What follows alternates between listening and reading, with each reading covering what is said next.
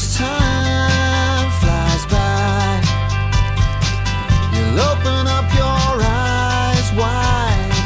You feel it's gonna go your way. Hey, hey, it's a brand new day. Hey, hey, hey, it's a brand new day. Our poor cameraman is going crazy because every time we go to do an interview, we're ending up chatting beforehand. He's waiting for us to stop chatting. So let's carry on the conversation, but on camera, so you guys also can be part of all this interesting stuff I'm talking about with Charito. Charito is with Debra, the Butterfly Children's Charity. This is a charity that was born in Marbella. Why? Because the young boy born in Marbella, of a Marbella family, had a disease that I can't even say, but it basically means his skin is like that of a butterfly, so delicate that is excruciatingly physically painful, but psychologically must be devastating for the family. Charito, welcome to Marbella now. Thank you for having me. My on behalf pleasure. Of the We've been having children. some lovely email Yeah. exchanges, and I could already sense that you're a very joyous person, very loving person. Charito, Thank can I ask you. first of all, where are you from? I'm from the Netherlands. I was born in Gouda, where the cheese comes from. Oh, the Gouda. We say Gouda. You Gouda. Say, you say it so beautifully. How do you say it in the Dutch? It's Dutch is Gouda. Gouda. Gouda. I love a nice bit of Gouda. And I moved to Spain 12 years ago. And Yeah. loving it. Yeah, I'm living my dream, Nicole, serious. I left my country when I was 26 by myself in my car to start a new life.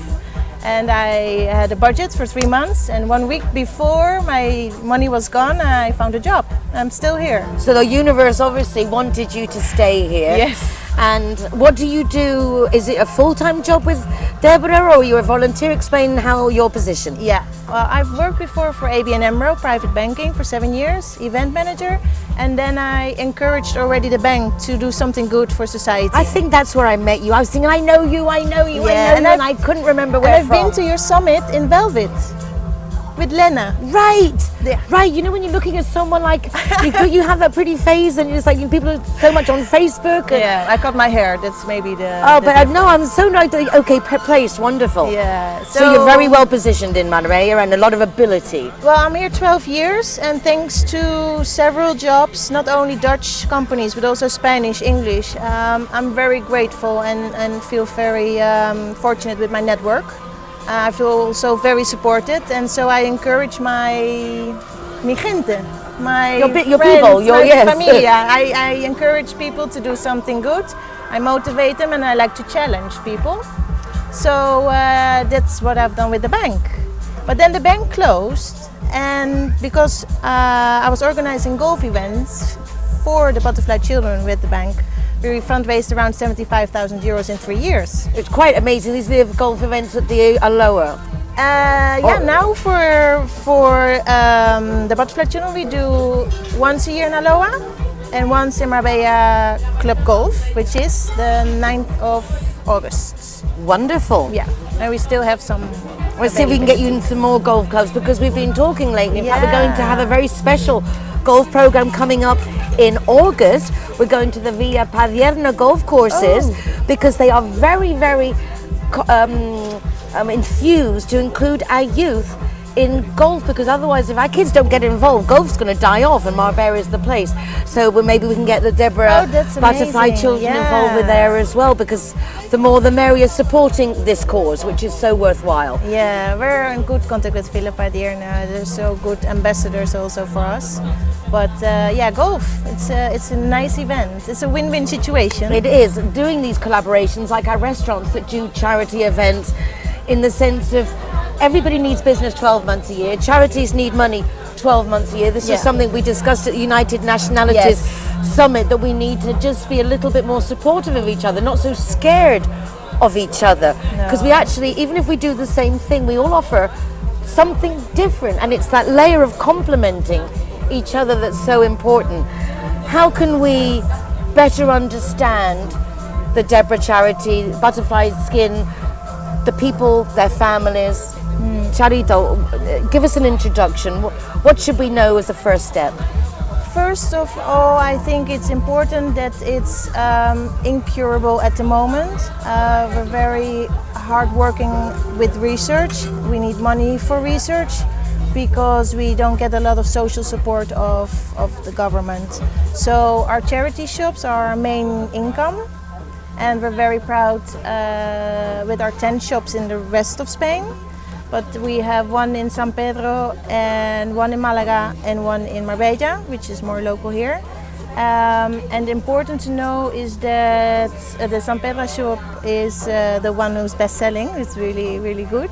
But also we need volunteers. We need your energy, time, besides You mean to be in these shops, to keep help them going? Yeah. The timetables of these shops are like all shops, so you want them to be open from 10 to 2, from 5 to 8, for example. Yeah.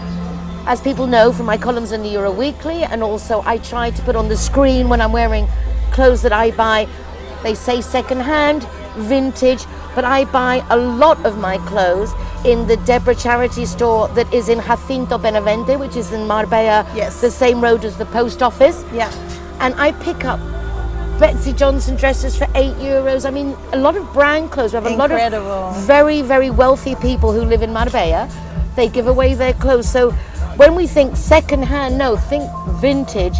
And you say that is a big part of your income comes from that? Yes. So this is very important. Important. It's vital for our survival. Okay, so to keep the shops open from 10 till 2, 5 till 8. Yeah. I remember talking with you before about this. You need to work in a shop. You don't have to be there all day. Tell us the options of hours, how the legal setup is for getting your contracts. How does this work? Well, it's really flexible, to be honest. You come to the shop the first time, you just do a tryout, and then the second time, of course, we take some notes of the dates, no, the details. But you just let us know what is the best you can do. But even with 2 hours, we're very, very blessed. So We're if very someone happy. can give 2 hours, even if it's just 1 day a week or 1 day a month. Of course, I mean, it could be amazing if we can count on them for a day part, like, or every Wednesday they say, and then we just make a planning. But, well, So the more volunteers, the easier it will become. Yeah.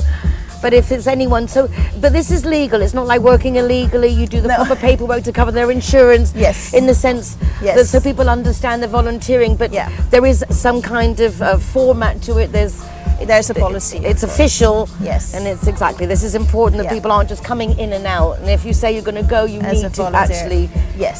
go. Yeah, we are also very, in saying like not selective, but we do have our standards. Like it's hard work also. I mean, there's a lot of work in the shops, and Antonia, the shop manager, she needs really help.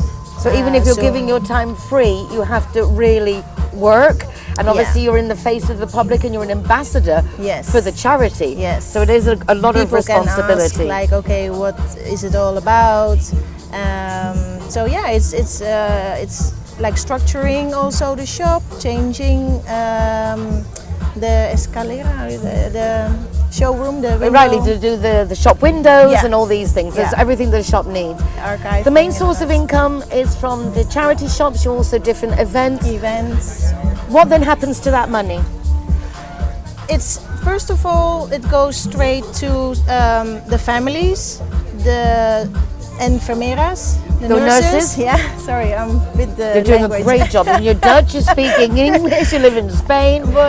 So yeah, it goes to the families, support the nurses and research. Those are the main streams where it goes first. Research at the moment it's incurable, but the families, the costs involved in Yeah. looking after a child with an incurable disease. This one requires bandages, nursing. I mean, it's 24/7. yeah. Explain. It's a horrible thing to listen to, but I think something that's quite necessary. What are the afflictions?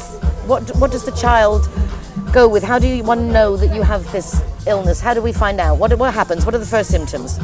Well, they're born with it, so they're open wounds and blisters, and hopefully then the hospital calls us, like first call Do saying you think like, now, because I know when we first started talking about this 7 years ago, basically none of the hospitals were even aware. So when a child was born with this, they didn't know who to call. Yeah. It looks like you've come a long way in these last years. yes. Still, we have some steps to make, but we're very blessed with the.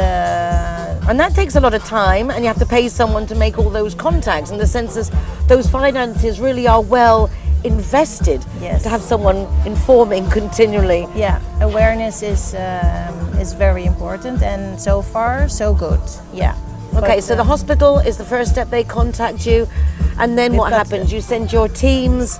Yes, if there's a newborn and they phone us at the standby phone number, then a team of 2 nurses, a social worker and a psychologist flies in to the family, and they stay there average a week to support, counsel and help the whole family. So it's not only the child, it's the parents and the brothers and the sisters and the social entities around.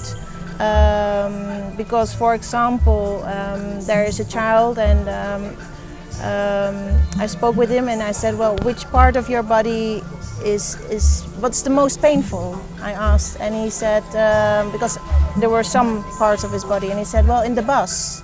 And I said, what do you mean in the bus? I thought maybe the bus was moving and it hurts, and he said, no, because the people go away, the people move. This was something that little Pablo, who has mastocytosis, again, a similar affliction. It's not contagious. And his parents, one of the things that worries them most is that little Pablo growing up in Marbella, that he will be treated differently and people think it's contagious and they will move away. Yeah. So what a perfect note to finish on. Oh gosh, dame las Yeah. manos. When people suffer, we need to support them, not run away from them. And the solution to that is us to be more aware. Awareness. Sharing information so that we know what's going on and we can support people in their area of need. Charito, perfect. Can I say Yes. something? This is to thank you. Your help gives us wings. So thank you for creating awareness. And Oh, this thank you. is- Oh, this is for my little granddaughter. It's from Jacinto Benavent, so it's the Oh, first a charity. little charity shop present for my granddaughter. Drooling, drooling. Thank you so sweetheart. It even says, Late Maisie, listen to you. This next section is sponsored by Linea Directa, tailor-made expat car insurance. Driving here in Spain is a challenge, and also it's a difficulty when you're looking for parking. So here's another tip from Marbella Now TV and Linea Directa. We're promoting road safety as it's such an important thing. So yeah, what was I saying about parking? You're not allowed to park somewhere where there is a yellow line next to the walkway or a red line. Remember that, so because you could get quite a big fine, and nobody wants that on a holiday. Also, Linea Directa is offering free taxis, and not just one free taxi, it's 4 free taxis per month for those who are going out and spending a nice day here in the Costa del Sol, going out in Marbella or going out in Puerto Banús. Of course, there might be some drinking involved, and what we don't want on the road are drunk drivers, especially when there are so many nationalities and so many cultures here on the road. So, the Linea Directa offers these 4 free taxis a month for whoever is signed up to their scheme to keep the roads safe. And from Marbella Now TV and Linea Directa, we tell you to stay safe on the roads. Hey, hey. It really is so very, very relaxing here in the Marbella Marina, particularly up here in the harbour, because the views are spectacular. The food is too. I look forward to welcoming you again tomorrow for another Marbella Now, to meet more guests and to find out more information about what's going on in our city. It really is important to know whether you're a tourist or a resident. There are things that we need to be up to date on. Take care of yourselves, be nice to each other, and darling and I, we'll be back tomorrow. Hasta mañana. Go. You're